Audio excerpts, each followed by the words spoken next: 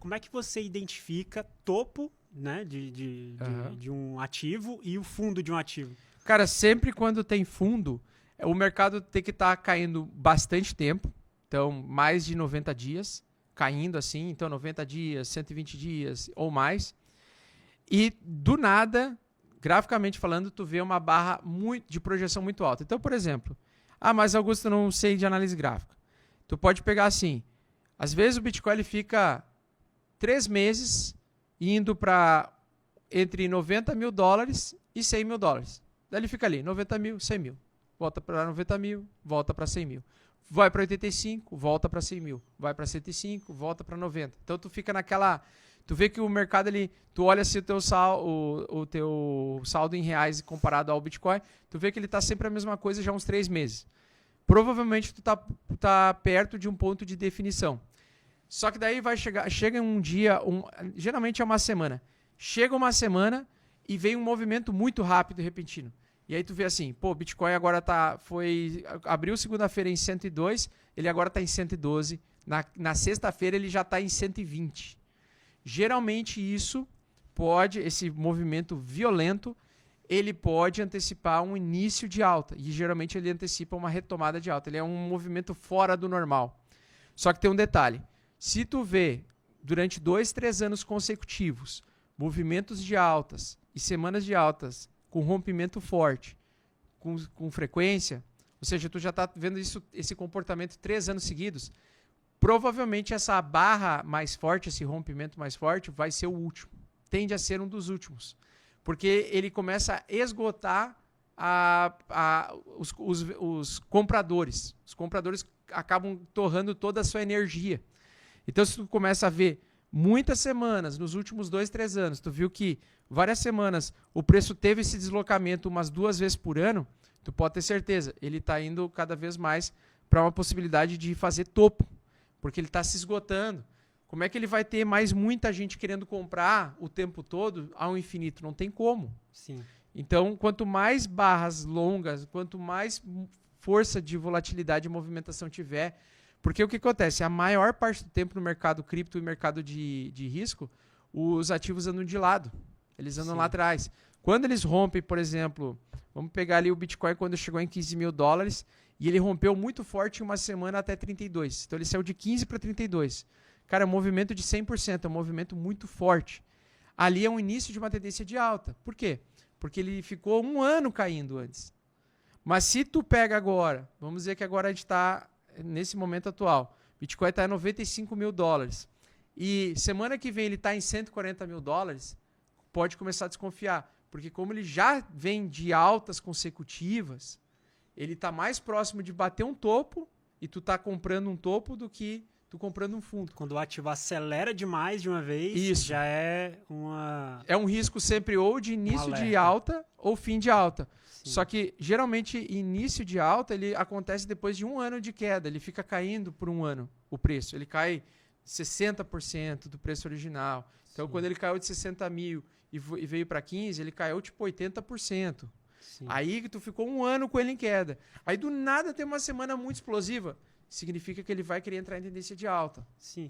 Eu vi um post seu em janeiro ou foi fevereiro que você falou: quem ficar em altcoin vai perder muito dinheiro, queda de 3 meses. Sim. O que te deu aquele alerta? O que ligou em você assim para ter essa noção? Sim. E como é que você metrifica essa questão de Sim. tempo, né? Porque eu vejo que você é um dos poucos no mercado que gosta de falar de tempo. Sim. Não, 1 semana de alta, 2 meses de alta. Sim, o pessoal odeia isso, né? A galera que não entende odeia, né? Pois é. Porque quando tem um rompimento de uma média 21 semanal e 8 semanal, tu já pode esperar uma movimentação forte de direção de preço por uns 3 meses no mínimo. Então, no mínimo 3 meses. 3, 4 meses.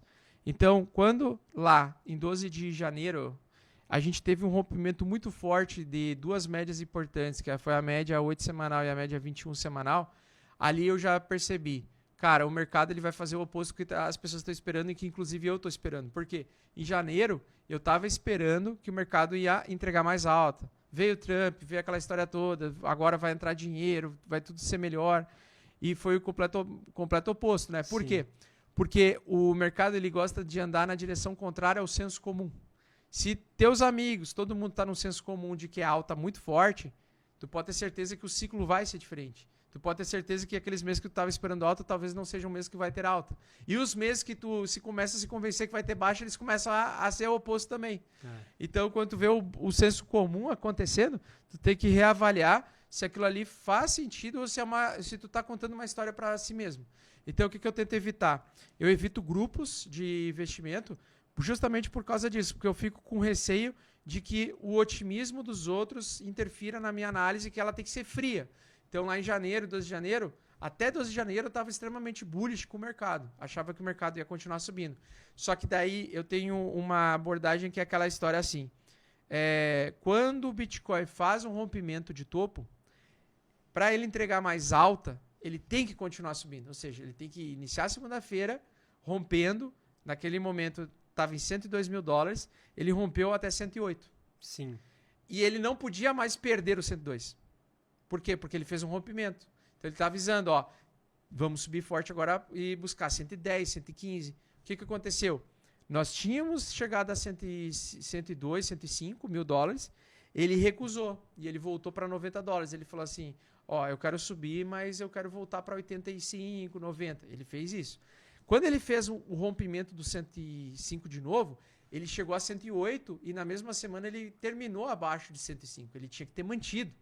Como ele não manteve o 105, ele voltou para 98 mil dólares e 96 mil dólares, eu falei, cara, esse mercado está enfraquecendo. E essa movimentação toda, que foi uma volatilidade extrema, estava acontecendo enquanto o Trump estava tomando posse, né? Isso. O topo Exatamente. do Bitcoin, acho que foi no dia que o Trump tomou posse, né? O topo do Bitcoin. E tudo isso é calculado pelo Smart Money, que é um dinheiro inteligente que a gente não controla, mas é um grupo de fundos de investimento que fazem e corretoras também.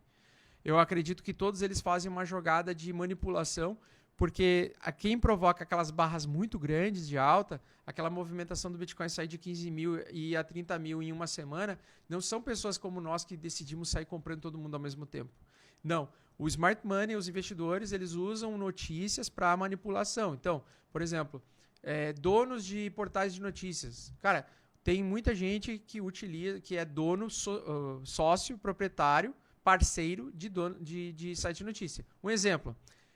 Quem é o dono, o criador do CoinMarketCap? Tu sabe quem é o dono, o criador do site CoinMarketCap? O CoinMarketCap é um site de informação de variação de preço de criptomoedas no geral, altcoins, Bitcoin e tudo mais. É o Google das criptomoedas, né? É o Google do mercado cripto, né? Que tu vê ali, quais são as top 100 altcoins que estão no tamanho de mercado, as que mais subiram naquele dia, naquela semana e assim por diante. O dono, quem criou, foram um grupo, acho que foi japonês ou sul-coreano, agora não vou lembrar, que produziu aquele site, mas quem comprou anos mais tarde, 2, 3 anos mais tarde, foi a Binance.